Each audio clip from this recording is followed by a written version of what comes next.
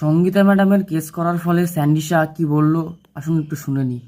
तो चलिए शुरू करते हैं। সামান্য একটা 2 টাকার একটা ফালতু কোনো কাজ নেই, জবলেস, অশিক্ষিত একটা মহিলার জন্য আমি আমার নাইটি পরা ছাড়বো? তোমায় কিছু পড়া ছাড়তে হবে না স্যান্ডি। তুমি যে যে রাস্তায় আছো, তোমার মনে হচ্ছে তুমি এ রাস্তায় তুমি অনেক ভালো আছো বা তুমি আমাদের দেশকে অনেক ভালো একটা শিক্ষা দিচ্ছ, তোমার এখন এটাই মনে হচ্ছে।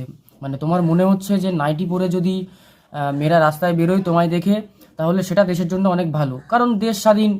সামান্য একটা 2 টাকার একটা ফালতু একজন লয়ারকে তুমি 2 টাকার বলছো, আর আর আমি জানি না যে তুমি তোমার মতো ক্রিয়েটারদেরকে কি মনে করো, 5 টাকা না 500 টাকার। আমার মতে তোমাদের কোনো দামই নেই, তোমাদের শুধু একটু ফ্যান ফটকায় তোমাদের ফলোয়ারটা হয়ে গেছে। কেন হয়েছে? মানুষ ক্রিটিক জিনিস পছন্দ করে ভাই।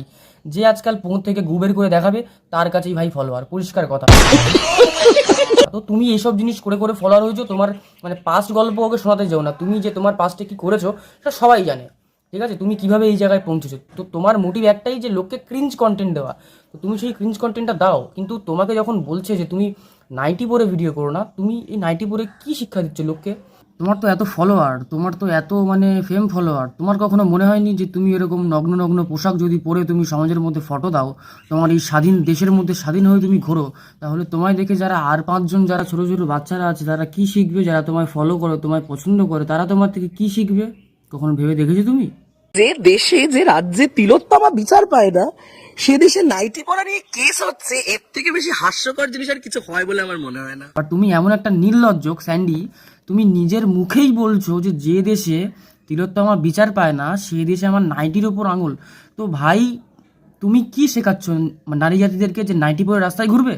তাহলে এরকম করলে তো তাহলে একটা একটা তিলোত্তমা কেন, 100টা তিলোত্তমা ধর্ষণ হয়ে যাবে, তাও কোনো বিচার হবে না। এই তোমাদের মতো ক্রিয়েটারদের জন্য আমার লজ্জা লাগছে যে তুমি আবার বুক ফুলিয়ে বলছো এটা। মানে তোমার কি সত্যি মানে সেন্স অফ হিউমার নেই, নাকি কমন সেন্স নেই, নাকি না মানে ক্যামেরার সামনে দুটো একটু হাউ হাউ করে কথা বলে দিলেই হয়ে গেল তুমি ক্রিয়েটার?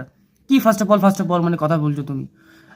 বোঝো, একটা কথা যদি বলতে হয় তাহলে সেটার ব্যাখ্যা করো। তোমার এই যে চরিত্র, তুমি যে নাইটি পরে ঘুরছো, তোমায় কে আটকাবে? নাইটি পরাতে কেউ আটকাবে না। তুমি তো আমি প্রথমেই বললাম তুমি কিছু পড়োই না, তাতে কারো কোনো যায় আসে না।